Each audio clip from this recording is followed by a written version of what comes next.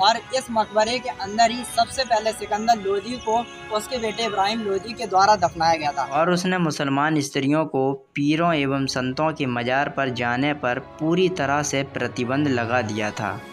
लेकिन सिकंदर ने एक प्रतिनिधि मंडल भेजकर मामला सुलझा लिया और एक बड़ा खून खराबा होने से रोक दिया। दोस्तों, ये वही एरिया है जहाँ पर सिकंदर लोदी को सबसे पहले दफनाया गया था। बाद में उनके बेटे ने उनकी कब्र को यहाँ से निकालकर दिल्ली शिफ्ट कर दिया।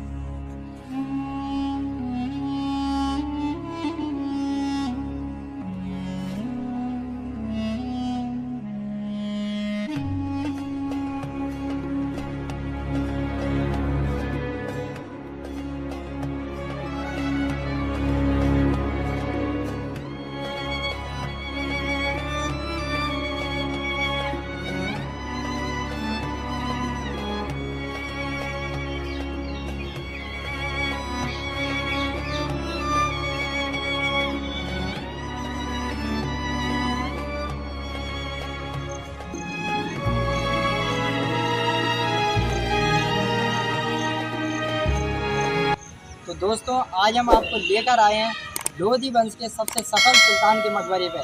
जी हाँ दोस्तों, मेरे पीछे जो आपको ये पुराना सा मकबरा दिख रहा है, ये लोदी वंश के सबसे सफल सुल्तान सिकंदर लोदी का मकबरा है, जिनको इस मकबरे में सबसे पहले दफनाया गया था।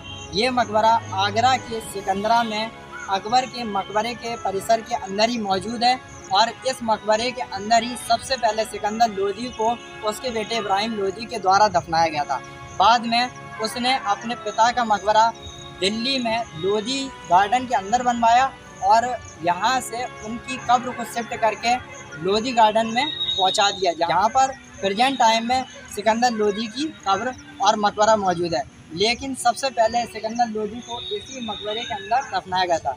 ये मकबरा आपको दिख रहा है कि जर्जर स्थिति में है। कभी दिल्ली के लोदी वंश के सबसे सफल सुल्तान को इसी मकबरे के अंदर दफनाया गया था। और आइए हम आपको इस मकबरे से रूबरू कराते हैं और इस मकबरे से जुड़ी हुई इतिहास को आपके सामने रखते हैं।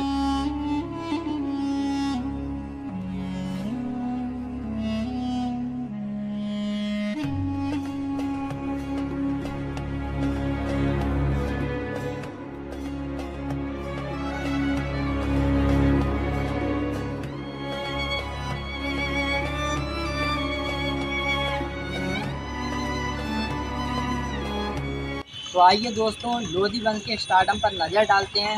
लोदी वंश की शुरुआत सिकंदर लोदी के पिता बेहलुल खान लोदी ने 1451 में की थी और सिकंदर लोदी को 1489 में बेहलुल खान लोदी की मृत्यु के बाद दिल्ली का सुल्तान बनाया गया था।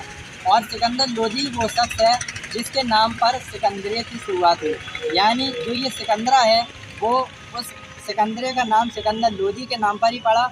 और आगरा शहर की स्थापना भी सिकंदर लोदी ने 1504 में की थी। और जो सिकंदरा है जहाँ पर बादशाह अकबर का मकबरा बना हुआ है और ये सिकंदर लोदी का मकबरा है बना हुआ है, इसी सिकंदरे का नाम सिकंदर लोदी के नाम पर पड़ा। सिकंदर लोदी ने आगरा शहर की 1504 में स्थापना करने के बाद अपनी कैपिटल को दिल्ली से आगरा स्थानांतरित कर दिया और भारत के ऊपर आगरा से ही राज करना शुरू किया। सिकंदर लोदी सल्तनत काल का पहला बादशाह था जिसने दिल्ली से अपनी कैपिटल को आगरा स्थानांतरित किया।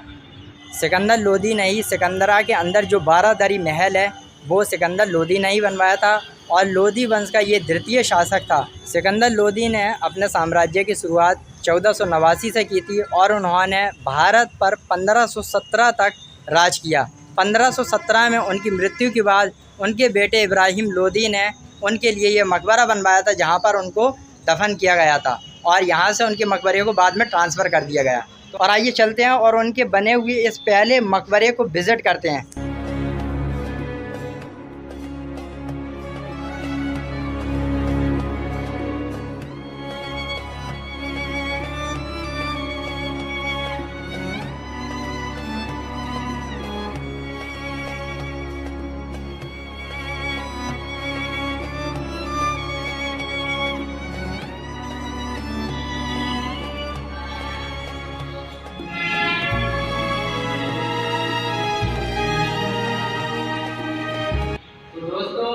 ये वही मकबरा है जहाँ पर सिकंदर लोदी को दफनाया गया।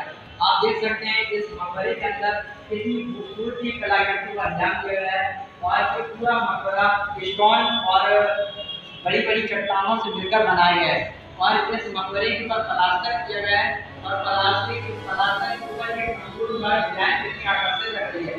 लेकिन वक्त के साथ साथ इस मकबरे के ऊपर से पूरा प्लास्टर हट गया है और ये काफी जर्जर स्थिति में पहुंच गया है। फिर बाद में गवर्नमेंट की इस मकबरे के ऊपर नजर पड़ी क्योंकि ये वक्त के साथ साथ जर्जर होता जा रहा था, तो भारतीय पुरातत्व सर्वेक्षण विभाग ने इसे अपने संरक्षण में लिया और आज ये मकबरा संरक्षित है और इसमें आए दिन संरक्षण का काम चलता रहता है। सिकंदर लोदी के बचपन का नाम निज़ाम खान था। वह अपने पिता बहलोल खान लोदी की मृत्यु के उपरांत सुल्तान बना था। सिकंदर को सुल्तान बनने के बाद कई तरह की कठिनाइयों का सामना करना पड़ा, जिनमें इनका बड़ा भाई बारबक शाह, जो तब जौनपुर का राज्यपाल था, उसने भी इस गद्दी के लिए अपने पिता के सिकंदर के नामांकन के बावजूद दावा किया। लेकिन सिकंदर ने एक प्रतिनिधि मंडल भेजकर मामला सुलझा लिया और एक बड़ा खून खराबा होने से रोक दिया। असल में सिकंदर लोदी ने अपने बड़े भाई बारबक शाह को जौनपुर सल्तनत पर राज्य जारी रखने को कहा और अपने चाचा आलम खान से भी विवाद सुलझा लिया, जो कि तख्ता पलट करने की योजना बना रहा था। सिकंदर एक योग्य शासक सिद्ध हुआ। उसने अपने राज्य को ग्वालियर एवं बिहार तक बढ़ाया। उसने अलाउद्दीन हुसैन शाह एवं उसके बंगाल के राज्य से संधि भी की। वह अपने देश के अफगान नवाबों को नियंत्रण में रखने में सफल हुआ एवं अपने राज्य के व्यापार को स्वतंत्रतापूर्वक खूब बढ़ावा दिया।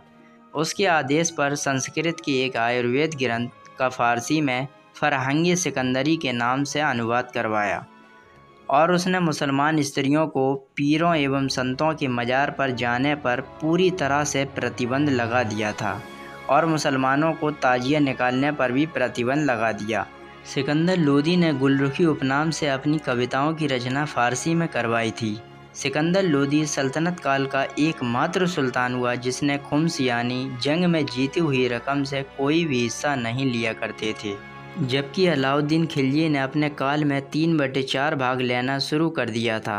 सिकंदर लोदी ने ही भूमि के लिए एक प्रमाणित पैमाना गजे सिकंदरी का प्रचलन करवाया जो 30 इंच का होता था। तो दोस्तों आइए अब हम आपको दिखाते हैं मकबरे के सबसे मेन एरिया को। ये मकबरे का सबसे मेन पॉइंट है जहाँ पर सिकंदर लोदी की कब्र को बनाया गया था, सिकंदर लोदी की बॉडी को रखा गया था। तो दोस्तों ये वही एरिया है जहाँ पर सिकंदर लोदी को सबसे पहले दफनाया गया था। बाद में उनके बेटे ने उनकी कब्र को यहाँ से निकालकर दिल्ली शिफ्ट कर दिया। तो आइए हम आपको दिखाते हैं इसी सुरंग के अंदर सिकंदर लोदी को दफनाया गया था।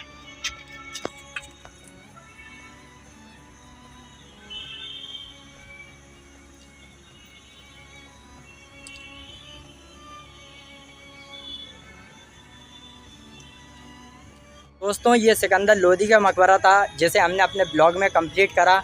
हमने अपनी पूरी कोशिश करी इस मकबरे को अपने ब्लॉग के अंदर कंप्लीट करने की और इससे जुड़े हुए इतिहास को आपके साथ साझा करने की, और जितनी हमें नॉलेज थी हमने आपको दी और आपके सामने इसके इतिहास को रखा और इस मकबरे को विज़िट करा और हमें काफ़ी बेहतर लगा इस मकबरे को आकर। और आई होप, मुझे उम्मीद है अगर आप यहाँ पर आएंगे तो आपको भी काफ़ी पसंद आएगा ये मकबरा और आपको भी बहुत अच्छा लगेगा। तो आप लोग हमारे ब्लॉग को पसंद करते रहें और हमारे चैनल को एक बार ज़रूर सब्सक्राइब कर लें और बेल आइकन को प्रेस करना ना भूलें, क्योंकि अगर आप बेल आइकन प्रेस हो आपको हमारी वीडियो का नोटिफिकेशन नहीं मिलेगा।